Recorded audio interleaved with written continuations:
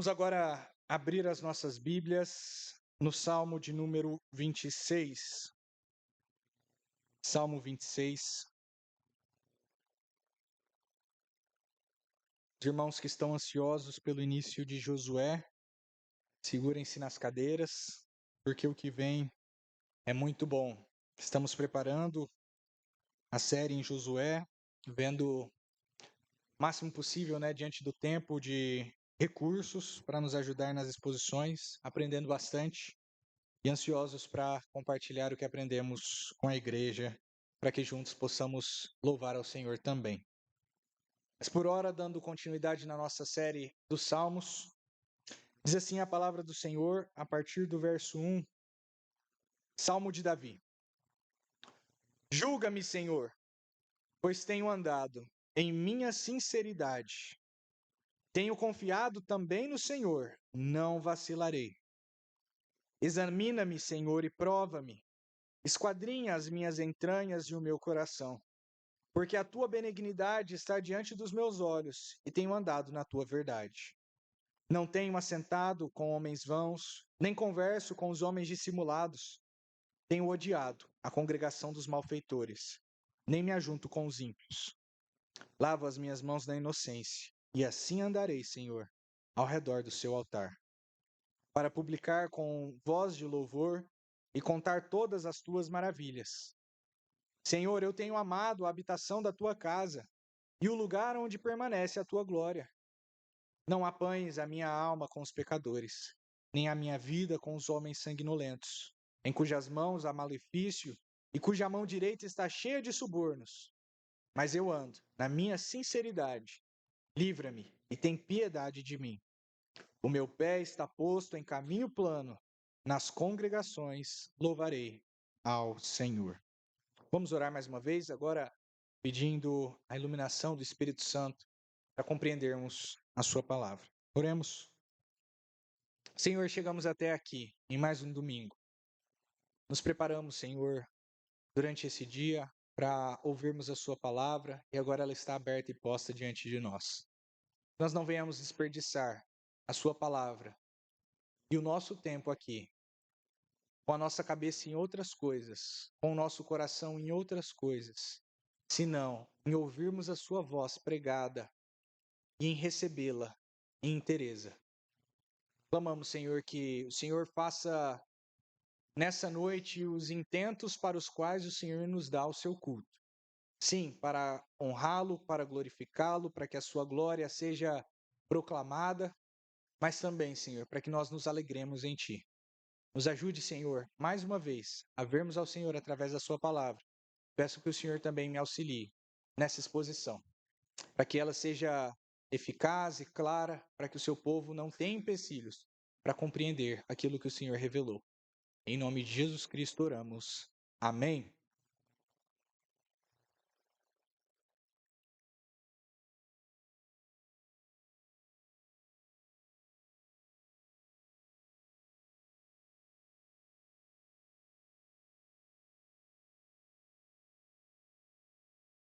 O que é ser bem-sucedido? Depende de para quem você perguntar, não é mesmo? Algumas pessoas podem colocar que ser bem-sucedido é ganhar muito dinheiro, é conseguir sair da roda dos ratos, é conseguir viver do seu dinheiro, colocando o seu dinheiro para trabalhar para você. Para outros, ser bem-sucedido é ter uma carreira brilhante, ter talvez uma posição no emprego a qual você sempre desejou, para que você tenha o reconhecimento no seu trabalho, para que você tenha o louvor e o aplauso das pessoas. Para outros, ser bem-sucedido talvez é ser famoso, ser conhecido, ser influente. Para outros, ser bem-sucedido é algo mais simples. É ter o amor daqueles que estão ao redor de você, ter uma família feliz. Não ter muito, mas ter uma casa no qual você consegue criar os seus filhos, ter um carro legal.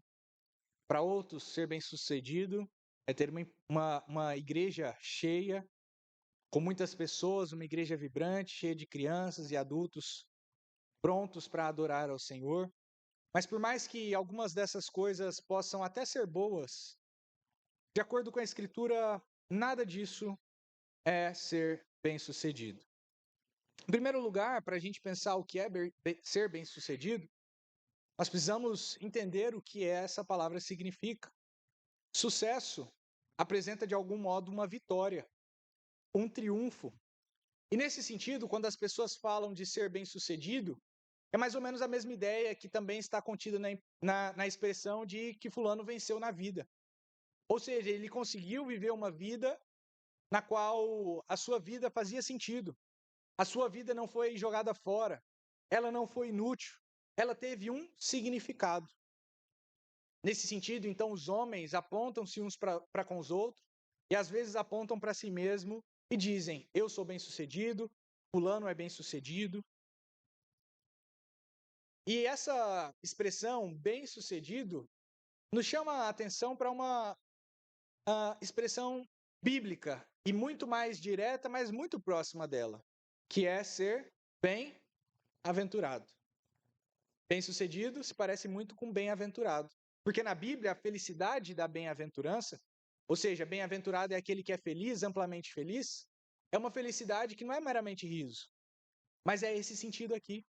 É um sentido de uma felicidade profunda que abrange a sua vida e dá significado, e faz com que você olhe para trás, olhe para a sua vida e você veja que a sua vida valeu a pena, que ela tem sentido, que foi útil para alguma coisa. Bem, isso está contido na expressão bem-aventurado, não esgota ela, mas hoje nós vamos ver no Salmo 26 o que verdadeiramente é ser bem-sucedido. E nós veremos que o sucesso, da perspectiva de Deus, na verdade está na posição que nós estamos diante do Senhor. Em outras palavras, nós poderíamos dizer com clareza que ser bem-sucedido é vivermos em piedade, em santidade diante do Senhor.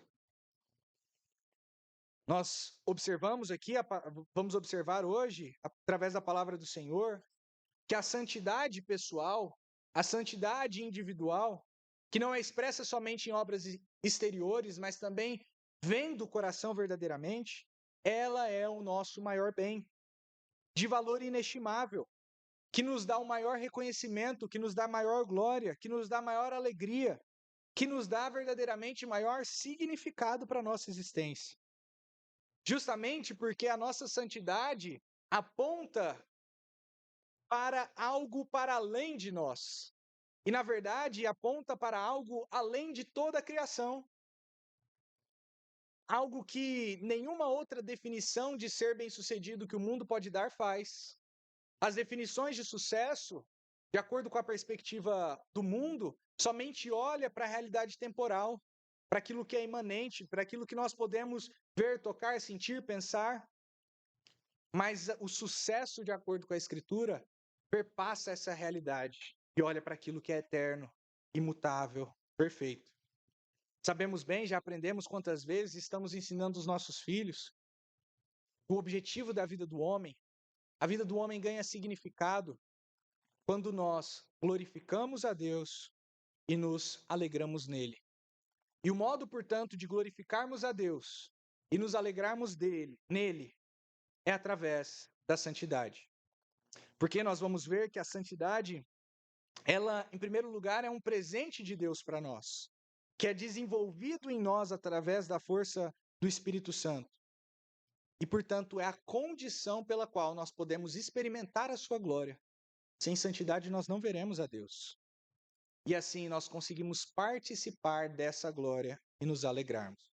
Veremos, por fim, para concluirmos, e se tem algo que nós devemos nos esforçar para conseguir, ou para melhorar, para aperfeiçoar, algo no qual trabalhar incansavelmente, nos exercitarmos, é em sermos a semelhança de Cristo, sermos santos. O salmista aqui, em 3 pontos, vai desenvolver essa ideia. Em primeiro lugar, ele vai falar sobre a santidade pessoal vindicada, defendida. Essa é uma oração que Davi faz ao Senhor em mais dos vários momentos no qual ele estava sendo perseguido pelos seus inimigos. A maioria dos comentaristas acredita, apesar disso não ser revelado no Salmo, ou não dá para ser inferido tão claramente das Escrituras, mas acredita que provavelmente aqui essa era mais uma das perseguições de Saul. Por quê? Porque Davi aqui clama ao Senhor como seu juiz. Ele não vai a uma autoridade externa, porque não havia uma outra autoridade que pudesse olhar para a sua necessidade e ali fazer justiça. Ele, portanto, recorre ao Senhor como a sua maior justiça, como seu juiz, uma vez que o próprio rei, o próprio juiz que havia sido colocado para cuidar da nação e promover o bem e os justos, era ele mesmo que estava buscando destruir Davi. Esse salmo ainda vem em linha com os demais salmos, no qual nós temos visto muitas vezes esses temas de habitarmos na presença do Senhor, de entrarmos na sua casa, de ali permanecermos. Vimos no último salmo, por exemplo, que nós devemos entrar na presença daquele que é fogo consumidor, mas não buscarmos sair de lá, mas gastarmos tempo na presença do Senhor, buscando verdadeira intimidade e comunhão com Ele.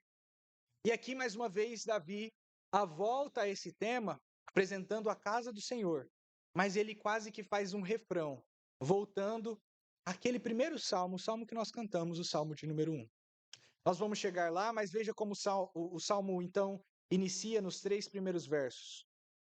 Julga-me, Senhor, pois tenho andado em minha sinceridade. Tenho confiado também no Senhor, não vacilarei. Examina-me, Senhor, e prova-me. Esquadrinha as minhas entranhas e o meu coração, porque a tua benignidade está diante dos meus olhos e tenho andado na tua verdade. Aqui Davi se volta para o Senhor então como seu juiz, mas ele vai até o juiz falando: Senhor, meu juiz, eu sou inocente.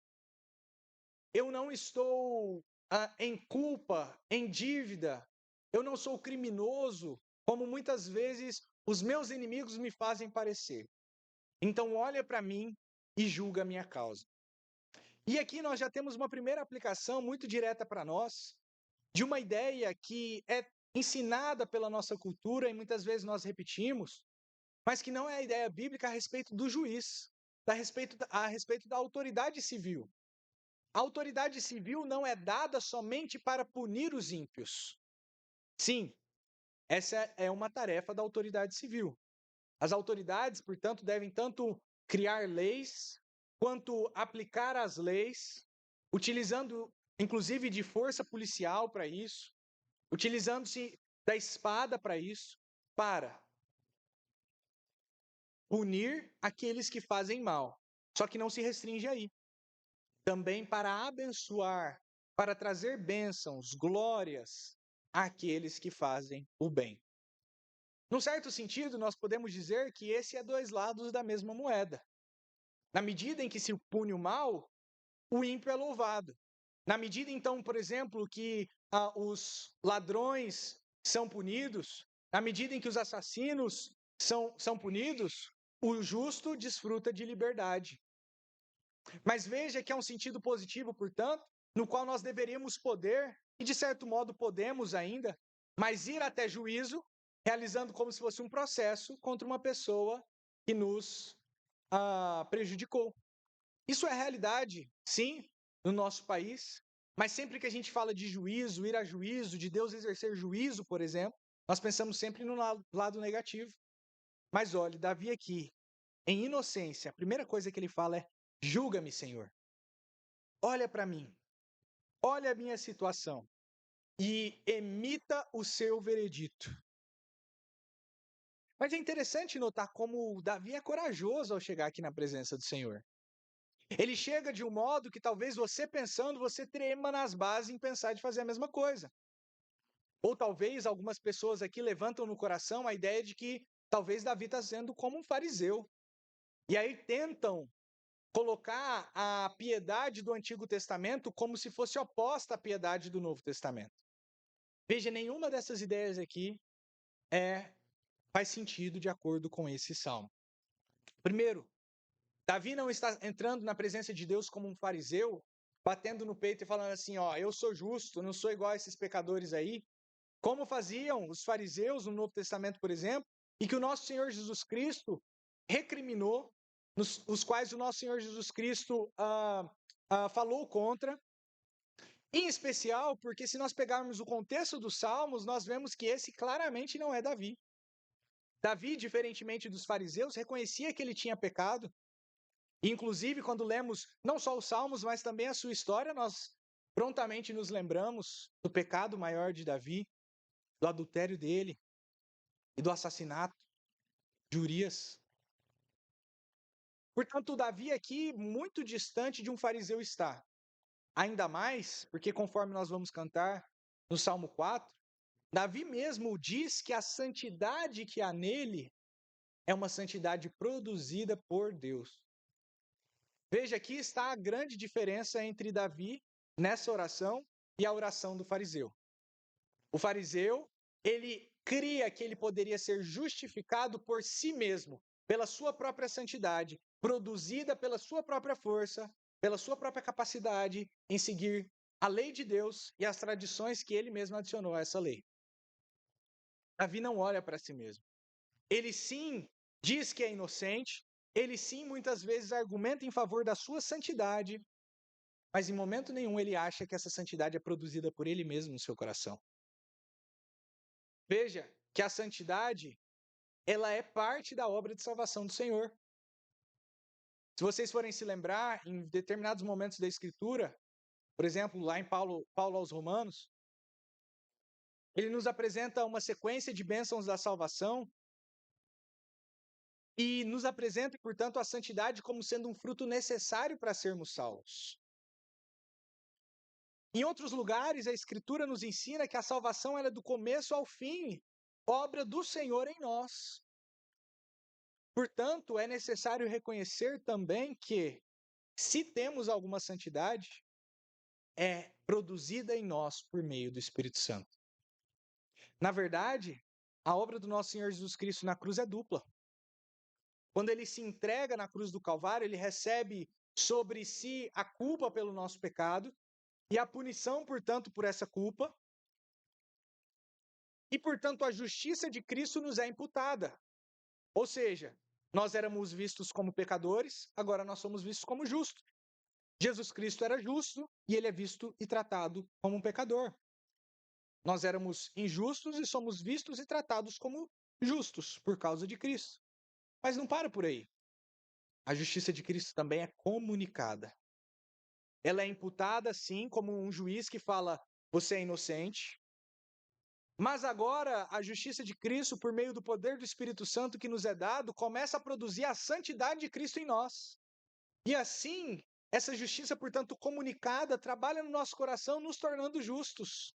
De modo que a Escritura mesmo diz que Davi não era como um fariseu. Né? Na época de Davi não havia a seita do farisaísmo, mas que ele não era falso, mas pelo contrário, ele era o homem segundo o coração de Deus.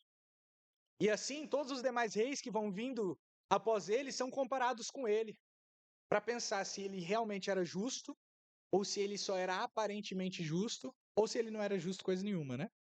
Que seria o caso de todos esses demais.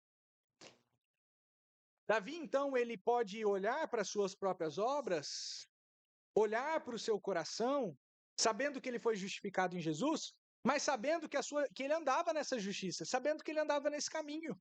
E, portanto, ele podia ir a juízo. Ele podia chegar diante do Senhor e falar: Senhor, olha para a minha sinceridade.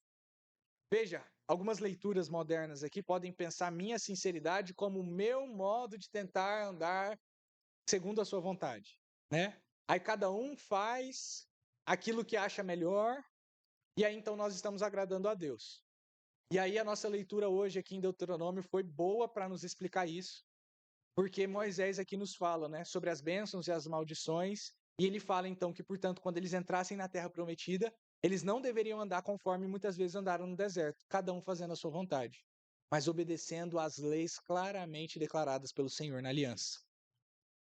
Nós vemos que Israel escorregou muito nisso. Depois da época de Josué, vem o livro de Juízes, e qual que é a marca do livro de Juízes? Cada um andou conforme achava correto no seu coração. Veja que a Escritura, de modo algum, é relativista, e aqui Davi não está sendo relativista. Eu estou tentando agradar o Senhor, não.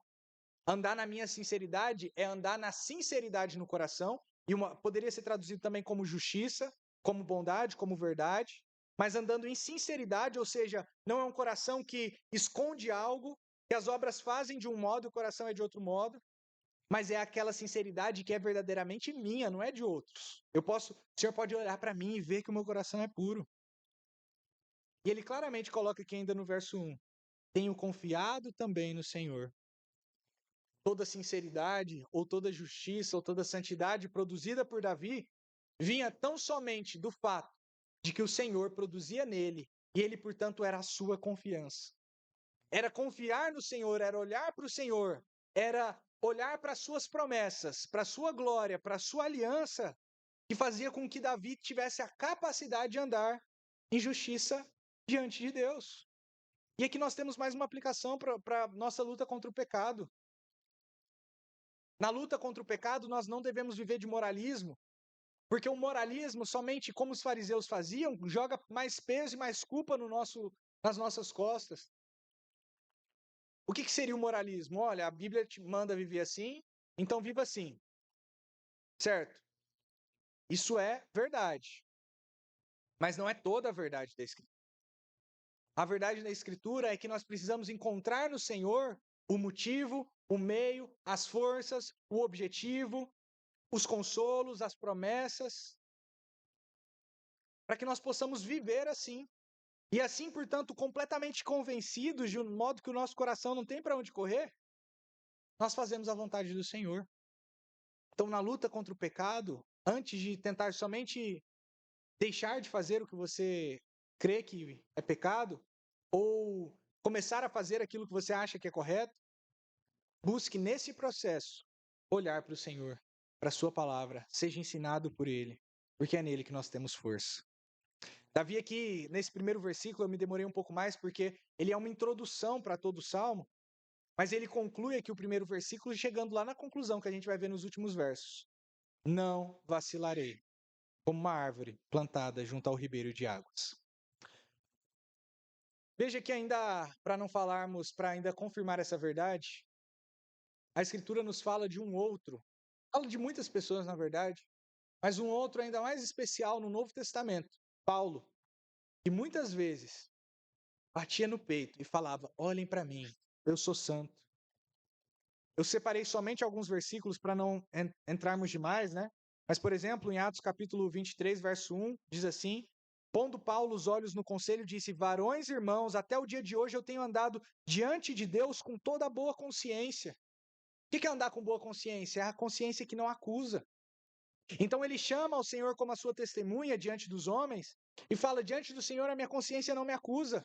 Ou seja, eu não só pratico bem através das minhas mãos, mas eu pratico bem em sinceridade dentro de mim. Eu tenho andado em santidade. Aquele que anda em falta de santidade, aquele que anda em impiedade, a consciência acusa. Ela fala: você pecou, você precisa se arrepender. 1 Tessalonicenses 2,10, Paulo diz: vós e Deus, os homens e Deus, sois testemunhas de quão santa, justa e irrepreensivelmente nos ouvemos para convosco os que credes. Paulo coloca 3 sinônimos aqui para falar da santidade com que ele e os seus apoiadores haviam vivido ali diante daquela congregação. Santa, justa e irrepreensivelmente. De modo que em 1 Coríntios capítulo 11, verso 1, ele bate no peito e fala assim: olhem para mim, sede meus imitadores. Ele fala isso mais de uma vez no Novo Testamento, pelo menos 3 vezes. Sede meus imitadores. Olha para o jeito que eu ando e ando de igual, como também eu sou de Cristo. Veja que o fundamento do modo de Paulo andar não é porque ele era o fundamento último, todo mundo tem que ser igual a Paulo, mas porque Paulo é igual a Jesus. E Jesus, portanto, é o fundamento último pelo qual nós andamos. Mas aqui nós pensamos, nós temos essa mesma capacidade de falar como Davi, como Paulo, que andamos com uma boa consciência? Podemos falar, por exemplo, no verso 2, examina-me, Senhor.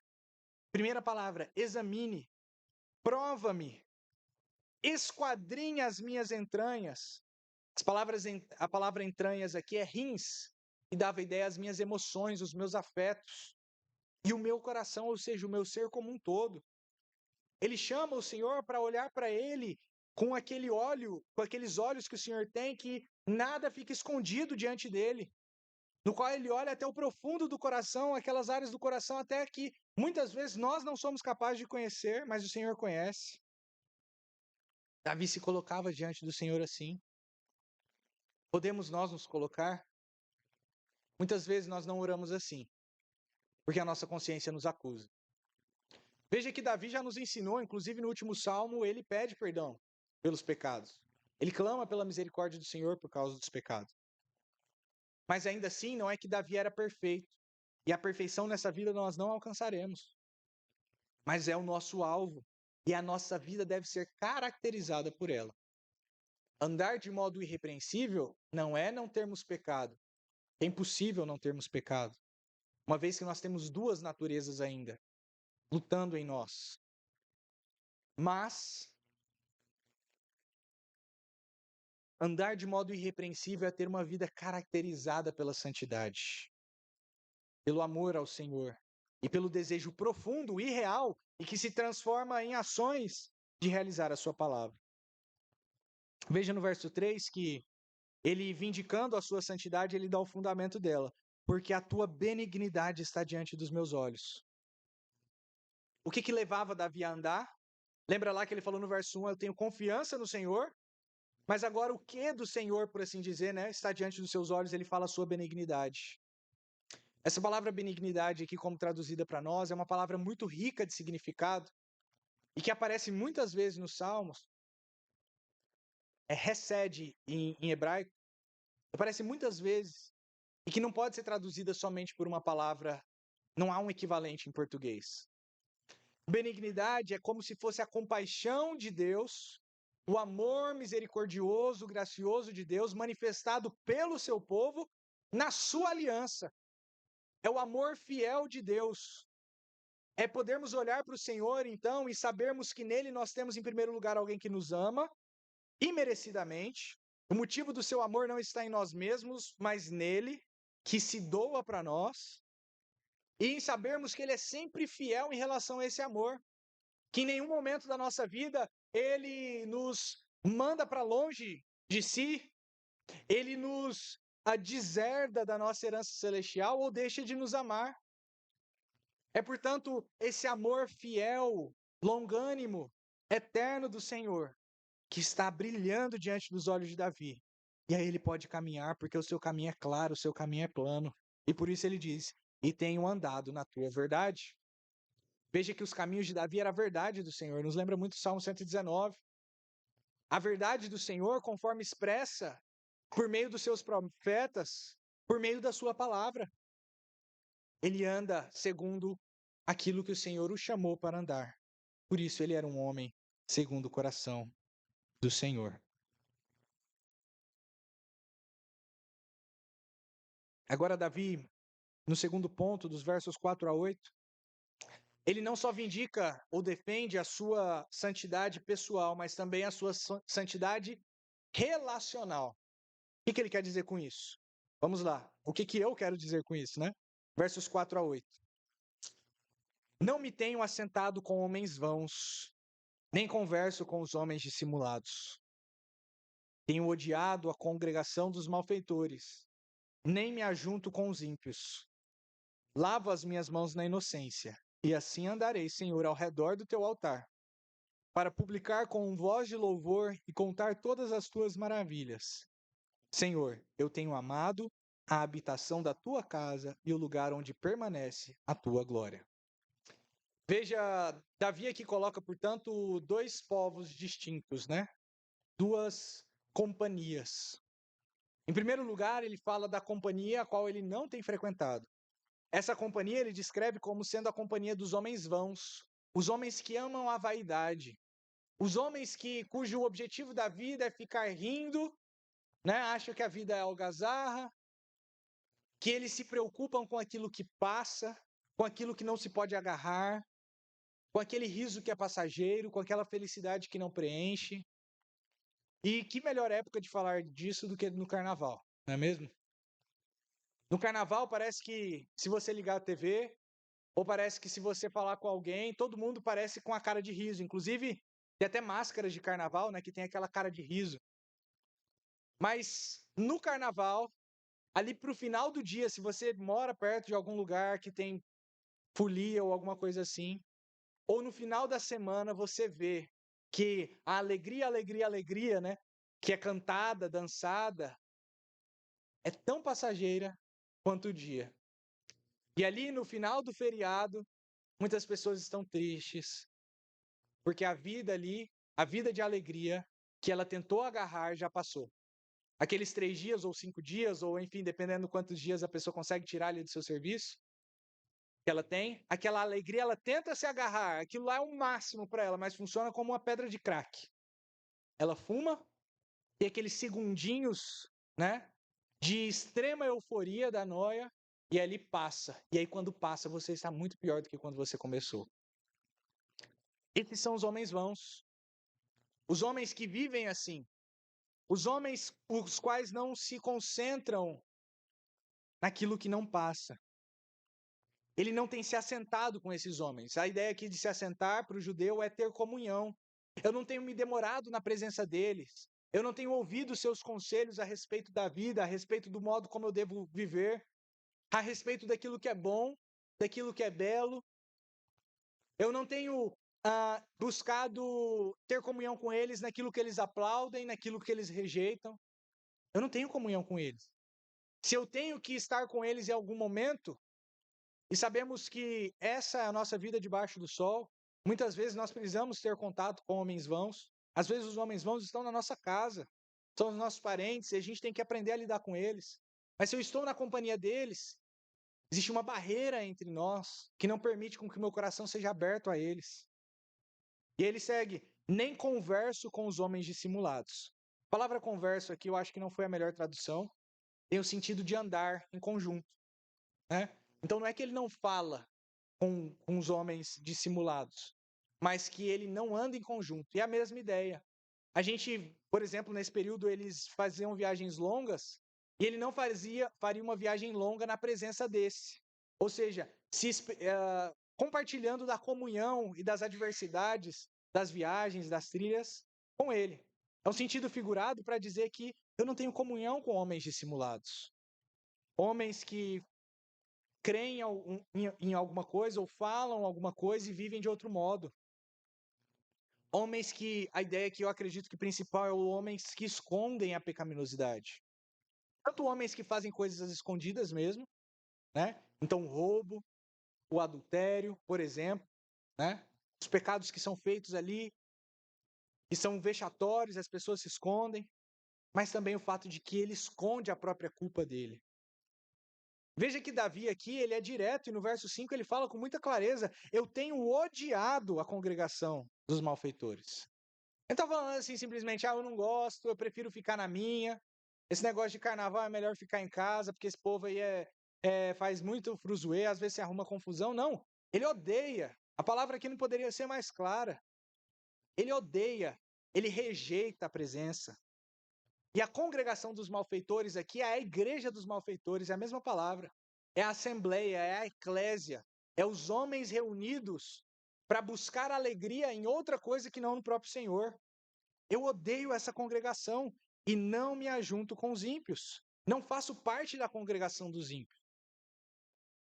Isso já nos ensina aqui. Nos ensina do modo como nós temos muitas vezes ou habitado, sentado, andado, amado a congregação dos malfeitores, ou como muitas vezes, por mais que nós tentemos não participar dessa comunhão com eles, às vezes nós recebemos as suas ideias através da cultura, suas ideias através da educação, da internet, das músicas. É necessário ter muito cuidado em ouvir os seus conselhos. Eles não podem entrar no nosso coração. Davi, portanto, espelha bastante o Salmo 1. E agora ele coloca a outra face da moeda. A santidade relacional, ela não vem só no sentido negativo. Eu abandono a má companhia. Não, eu assumo a boa companhia. No verso 6. Lava as minhas mãos na inocência, e assim andarei, Senhor, ao redor do seu altar. Lavar as mãos na inocência aqui é Davi apresentando aquela mesma simbologia que Paulo utiliza no Novo Testamento em Hebreus, que fala que o corpo está limpo. Lavar as mãos é uma cerimônia do Antigo Testamento no qual a pessoa se purificava e apresentava então como que um sinal da santidade interior do indivíduo. Isso fazia parte do culto do Antigo Testamento, em especial os próprios sacerdotes, para realizar os sacrifícios, para colocar as vestes sacerdotais, eles precisavam se banhar, eles precisavam se purificar por meio da água. E na verdade os judeus pegaram isso para achar que lavar a mão ou tomar banho era a realidade em si, era a santidade em si. E aí o nosso Senhor Jesus Cristo lá no Novo Testamento recrimina esses, porque os fariseus chegam em Jesus Cristo e falam: uai, os seus discípulos não lavam a mão para comer? Eles são impuros, eles andam em piedade? E Jesus Cristo fala: vocês não conseguem ver que essa cerimônia somente apresentava alguma coisa mais importante, mais interior que a pureza de vocês? O que contamina o homem não é o que vem de fora, mas o que sai de dentro. Portanto, ele lava suas mãos na inocência. A água aqui é substituída para a inocência para mostrar o fato de que Davi era verdadeiramente puro diante do Senhor. E é essa pureza que permitia com que Davi entrasse na presença do Senhor. Veja que ele utiliza uma expressão aí, ó. Lava as minhas mãos na inocência e assim, desse modo, ou a partir disso, eu andarei ao redor do teu altar. É somente tendo os nossos corações purificados que nós podemos entrar na presença de Deus. No culto também. O culto ele requer preparação.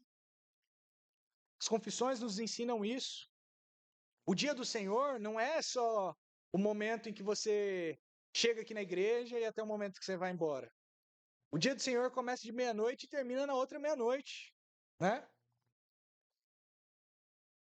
E esse dia é dado como um todo para que nós nos preparemos para estar na presença do Senhor, em reflexão sobre aquilo que nós temos feito, lavando as nossas mãos mesmo, colocando na presença do Senhor os nossos pecados, resolvendo os problemas que nós temos uns com os outros.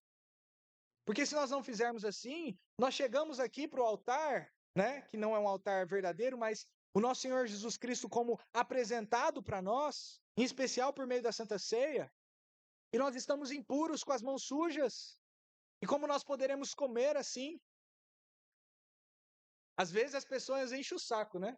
Aí por isso a gente tem a luvinha aqui, para ficar tranquilo, põe a luvinha, porque já pensou a mão do pastor, fica passando a mão na cara, no cabelo enquanto está pregando. Beleza, ótimo, a higiene física é importante, mas às vezes você está preocupado com a higiene física e não está preocupado com aquilo que é mais importante, igual os fariseus. Você vem para o culto, quer que eu use a luvinha para distribuir o pão, por exemplo? Ou está preocupado aqui, mas não está preocupado com o seu coração. Por isso Paulo fala, examine-se, pois, o homem a si mesmo. Prova-se, julga-se a si mesmo. Olha como tem caminhado. E coma. Vem então em pureza, tendo as suas mãos limpas espiritualmente, e coma. Pessoal, isso não é um altar, só para deixar ainda mais claro. Altar é uma coisa do Antigo Testamento que aponta para a cruz de Cristo. Eu só apresentei que a cruz de Cristo aqui é simbolizada. Entenda muito bem, né? A cruz de Cristo aqui é apresentada quando nós comemos a sua carne e bebemos o seu sangue. Ele tem odiado a perversidade, mas veja agora o que ele ainda vai falar. Verso 7. Para publicar com voz de louvor e contar todas as tuas maravilhas. É isso que ele faz no culto. No culto ele abre a sua boca. Na presença do Senhor ele abre a sua boca para louvar ao Senhor pelas suas maravilhas. As coisas que Deus fez por ele, tanto na sua vida privada, quanto de um modo geral na história. E é isso que nós fazemos aqui. Nós louvamos ao Senhor. Nós oramos ao Senhor. Nós, na reunião de oração, nós falamos uns para com os outros os motivos pelos quais nós temos para agradecer a Deus. Porque Ele é digno de toda a glória. E no verso 8, ponto principal aqui. Senhor, eu tenho amado a habitação da tua casa e o lugar onde permanece a tua glória. A igreja é o lugar principal, e no culto ainda, é o lugar principal onde Deus manifesta a sua glória, as suas bênçãos, a sua habitação abençoadora para com o seu povo. A glória de Deus, já ensinei para os irmãos, é como se fosse a totalidade das suas perfeições, os seus atributos.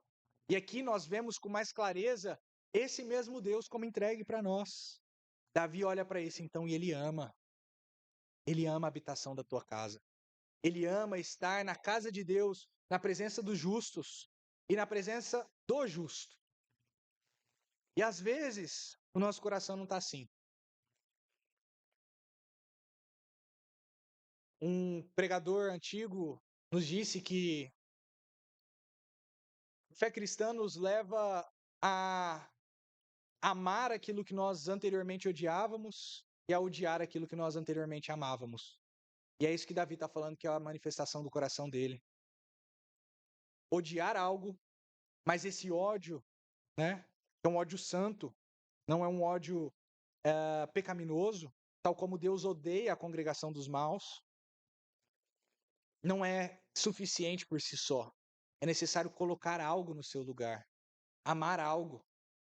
Na medida então que nós abandonamos a comunhão com os ímpios, nós recebemos a comunhão do santo. E às vezes, e por muitas vezes, nós não estamos satisfeitos nessa comunhão. Nós não buscamos essa comunhão. Quantas vezes nós temos dificuldade? Quantas horas você passa na sua vida na companhia dos homens maus? E quantas horas você passa da sua vida na companhia dos homens santos? Normalmente, para a maioria de nós, é muito mais horas na companhia dos homens maus do que na dos homens santos. Tudo bem, você trabalha, você tem dificuldade. Mas quando você tem a possibilidade de passar o seu tempo na companhia dos homens santos, muitas vezes você se encolhe, você se fecha na sua casa. Ah, não, fulano tem que me ver. Fulano que tem que... Ah, não, o pessoal da igreja é difícil de lidar. Ah, às vezes eles não estão no momento de vida em que eu tô, né? Ou eles são velhos demais, ou eles são novos demais. A gente já ouviu de tudo aqui, né? Ah, não, agora o pessoal só sabe falar sobre casamento. Aí depois o pessoal só sabe falar sobre filho. Aí a gente fica arrumando desculpa, desculpa, desculpa, para não estarmos na comunhão com os santos. Veja que esse é o nosso amor, né? Falem do que quiserem, desde que a glória de Deus esteja sendo manifestada no meio de vocês, eu quero estar com vocês. Nós devemos ainda muito mais buscar aperfeiçoar essa comunhão, abrindo mão de nós mesmos. Às vezes dos nossos gostos, das suas preferências, da sua vontade de conversar um determinado assunto, e nos entregarmos nessa comunhão, que também faz-se presente aqui na comunhão eclesiástica, a comunhão no culto, para que assim, buscando, nós consigamos cada vez mais ver a glória de Deus por meio da comunhão, que também é um meio de graça. Davi então vindica a sua santidade relacional diante desse juiz. Ele colocou então: eu sou puro individualmente e eu ando com os puros. Então o Senhor deve olhar para mim. E na próxima parte, ele fala agora sobre as recompensas da santidade. Mas o que Deus faz então para com esse que é santo? Versos 9 a 12: não apanhes a minha alma com os pecadores, nem a minha vida com os homens sanguinolentos, em cujas mãos há malefício e cuja mão direita está cheia de subornos. Mas eu ando na minha sinceridade, ele repete. Livra-me e tem piedade de mim. O meu pé está posto em caminho plano. Nas congregações louvarei ao Senhor. Veja, uma vez que a minha santidade foi vindicada, não porque eu por mim mesmo produzo a santidade, mas porque Cristo me imputou a sua santidade e comunica a sua santidade para que eu vivo em santidade na minha vida, então, Senhor, não me dê a mesma recompensa que o Senhor dá aos pecadores.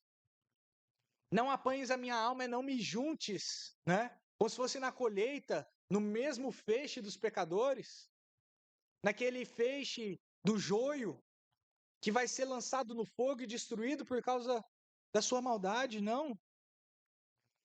Nem a minha vida com os homens sanguinolentos, os homens que se deleitam com a violência, com o mal, em cujas mãos há malefício, cujas mãos não estão limpas e purificadas na inocência, com água. Mas agora suas mãos estão, nesse sentido também espiritualmente, né? Sujas. Não é que você vai olhar para a mão do indivíduo e ela está suja, né? Às vezes pode até estar, mas não é esse o ponto. O ponto é de impureza. Eles vivem em impureza. Na sua mão há malefício.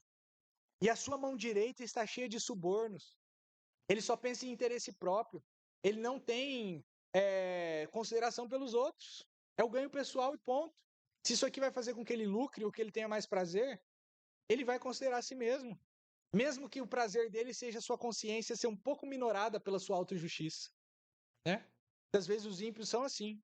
O prazer maior do indivíduo é minorar a voz da consciência que fala que ele é pecador. Aí ele faz um ato de aparente bondade, mas é pelos objetivos próprios, por autojustificação, assim como os fariseus. Não, eu não quero esses homens que lavam as mãos exteriormente, mas na verdade a sujeira deles não sai. Não me considere com eles. Aí no verso 11 ele diz: mas ando na minha sinceridade, livra-me e tem piedade de mim. Veja, em primeiro lugar, ele pediu pela libertação do juízo do Senhor contra o homem mau. Essa é a primeira recompensa da santidade. O santo, ele não será contado como ímpio, uma vez que o modo pelo qual ele anda, o modo pelo qual ele ama, o modo pelo qual ele faz as coisas, o modo pelo qual ele pensa, tudo é segundo a vontade do Senhor e não segundo a impiedade. E no verso 11 ele apresenta, de certo modo, a paz de consciência. Mas eu ando na minha sinceridade. Do mesmo modo que Paulo fala, né? A minha consciência não me acusa. Eu ando em boa consciência. Ele falou isso no verso 1. No final do verso 3, ainda ele diz: tenho andado na tua verdade. Ele sabe que os seus caminhos não são caminhos tortuosos. E assim ele tem tranquilidade. Ele tem paz. Esse é o segundo benefício, então, de se andar em santidade aqui que Davi nos traz. O terceiro, ainda no final do verso 11, livra-me e tem piedade de mim. Veja que Davi, mesmo se vendo como justo, ele não se coloca longe da esfera da misericórdia do Senhor. Mas é porque ele é justo que ele sabe que ele vai ser alvo da sua misericórdia mais uma vez. Porque Deus já foi misericordioso com ele em primeiro lugar. Porque a aliança do Senhor já foi para com ele, e ele pode confiar, portanto, na sua benignidade, no seu amor condescendente e fiel que nós vimos. Então, se Deus já fez isso para comigo, já me chamou para a sua aliança, por que desconfiar que ele não exercerá mais uma vez a sua misericórdia em relação a mim? Essa ideia aqui de piedade, a sua redenção, a sua libertação, em especial desses homens que buscavam matá-lo ou ir contra ele. A terceira recompensa da santidade é a certeza do favor de Deus. De modo que um comentarista fala que muito mais tranquilizador para nós é sabermos que as nossas mãos estão limpas e que, portanto, nós devemos desejar antes a morte do que agirmos como os ímpios agem, perdendo, portanto, a sua integridade. Porque quando nós agimos conforme os ímpios agem, nós não podemos ter certeza do favor de Deus. Aí a nossa consciência nos acusa, mas há um pior acusador. Satanás nos acusa na presença de Deus e Deus, justo juiz, pune. Veja, do homem que não anda segundo os caminhos do Senhor e não conhece a sua misericórdia. É por causa, portanto, da justiça imputada do Senhor e da justiça comunicada que ele tem certeza do favor de Deus. Em quarto lugar, no verso 12, ele fala: o meu pé está posto em caminho plano.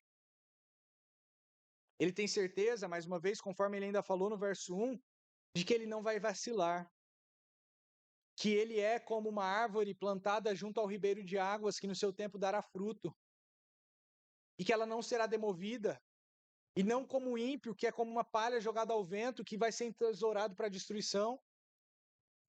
A semelhança da outra figura que a Escritura nos coloca, como uma árvore, ou uma casa construída sobre a rocha e não sobre a areia. e que tem firmeza e que, portanto, não será envergonhado, não vacilará, ele não se verá surpreendido ou envergonhado da parte de Deus. Não, seu caminho é plano. E vê o caminho pelo qual ele pode seguir, e ele sabe que nele ele encontra segurança. Esse é a quarta recompensa da santidade, a segurança que nós temos no caminho do Senhor. E por fim, nas congregações louvarei ao Senhor. Davi falou lá que ele ama a habitação no Senhor. E aqui a palavra congregações é a ideia de sinagoga, que são as congregações locais. Os lugares locais, individuais, onde a igreja se reúne para cultuar a Deus. Então, na presença dos santos agora, individualmente nas igrejas locais, eu louvarei ao Senhor. Ele pode desfrutar então da comunhão daqueles que são santos como ele. Ele pode desfrutar, portanto, também dessa comunhão em louvor ao Senhor e se unir ao canto da glória do Senhor por meio dos santos. Veja que Davi coloca isso como que sendo realizado. O meu pé está posto em caminho plano. Ele coloca isso sabendo que Deus fará, porque ele é fiel, a sua benignidade dura para sempre. E ele sabe, então, que necessariamente ele louvará o Senhor por isso. Nós começamos perguntando, então, qual é o segredo do sucesso. Paulo responde muito claramente. 2 Timóteo, capítulo 4, verso 7, ele fala: Combati o bom combate, acabei a carreira, guardei a fé. Desde agora a coroa da justiça me está guardada, a qual o Senhor, justo juiz, me dará naquele dia, e não somente a mim, mas também a todos os que amarem a sua vinda. O que Paulo está falando é que esse modo pelo qual ele andou, um modo irrepreensível, santo, na presença do Senhor, modo que a sua consciência não o acusou, ou seja, sendo fiel ao Senhor nos seus caminhos, andando em verdade, a semelhança de Davi aqui,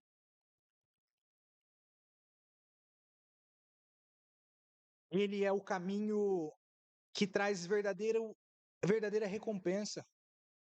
Um caminho no qual nós temos verdadeiro sucesso, verdadeiro triunfo, verdadeira vitória. E por isso ele pode dizer então que a coroa da justiça está guardada para ele.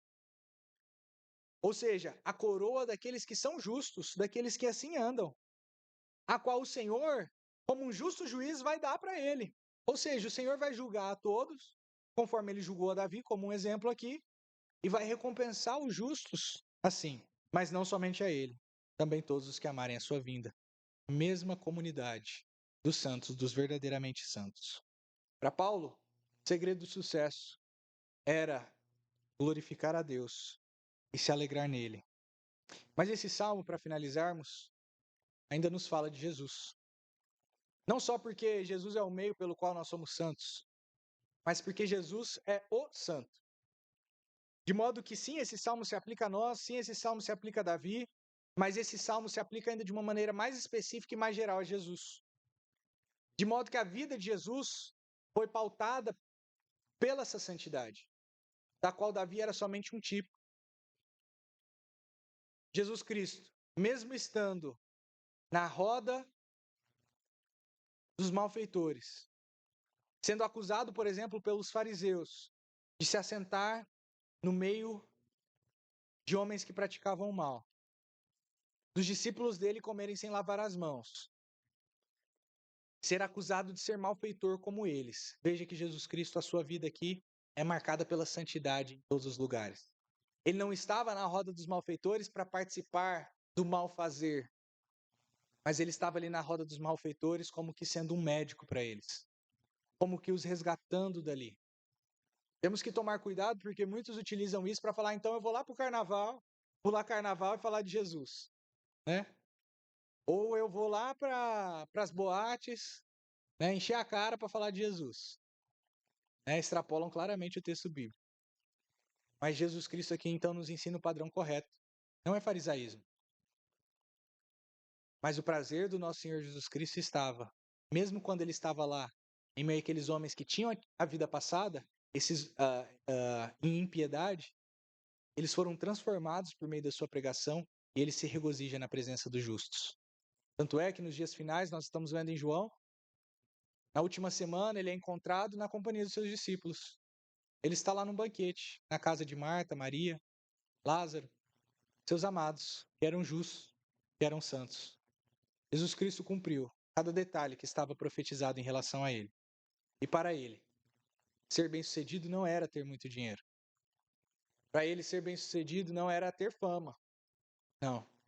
Mas para ele, ser bem-sucedido era fazer a vontade de Deus e trazer a sua glória, mesmo que isso custasse a sua vida. Mesmo que ele precisasse não só morrer fisicamente, como todos nós morreremos, mas para que na sua morte ele recebesse a ira de Deus, o inferno por nós. Sim, o nosso Senhor Jesus Cristo foi bem-sucedido e assim ele foi exaltado. De modo que a sua recompensa é a maior das recompensas, sendo ele o justo, aquele que andou em perfeição. A recompensa pela sua justiça é a maior de todas, porque ele consegue para si, na sua obra, um povo no qual se alegrar, em conjunto com ele, dando glórias a Deus. E a ele é dado um nome que está sobre todo nome. Olhemos para o nosso Senhor Jesus Cristo, porque ele é o meio pelo qual nós somos salvos, e porque a Escritura nos ensina a respeito dele. E ele também é o meio pelo qual nós conseguimos alcançar a verdadeira piedade. Olhemos para ele como um exemplo de sucesso, não como os ímpios e o mundo muitas vezes nos ensina. Amém. Vamos orar? Senhor, muitas vezes nosso coração é levado por ideias que estão sendo propagadas pela nossa cultura. Ideias, Senhor, que não vêm da produção do Seu Espírito Santo, mas ideias que são produzidas muitas vezes por demônios, na cabeça de homens maus. Mentiras e falsos deuses que, apresentados e contados muitas vezes, começam a se parecer como deuses verdadeiros, ou como a verdade. Senhor, que nós não possamos ser enganados. E que a semelhança de Davi nós vejamos o bom viver, a vida vitoriosa, a vida triunfante, como sendo viver em santidade, a fim de trazer a sua glória e manifestar a sua glória nas nossas vidas. Olhemos assim para o nosso Senhor Jesus Cristo, que não buscou a sua própria glória, mas esvaziou-se dela, para trazer glórias ao Pai, assim cumprindo a sua obra e sendo, portanto, recompensado por aquele que é justo juiz. Olhemos para ele, para recebermos dele não só a justificação, o sentido, o significado, mas também a própria santidade, a força, o caminho pelo qual nós devemos seguir. Ensina o nosso coração, para que Jesus Cristo seja aquele que verdadeiramente nos influencia, e não as más companhias. Em nome do nosso Senhor Jesus Cristo nós oramos. Amém.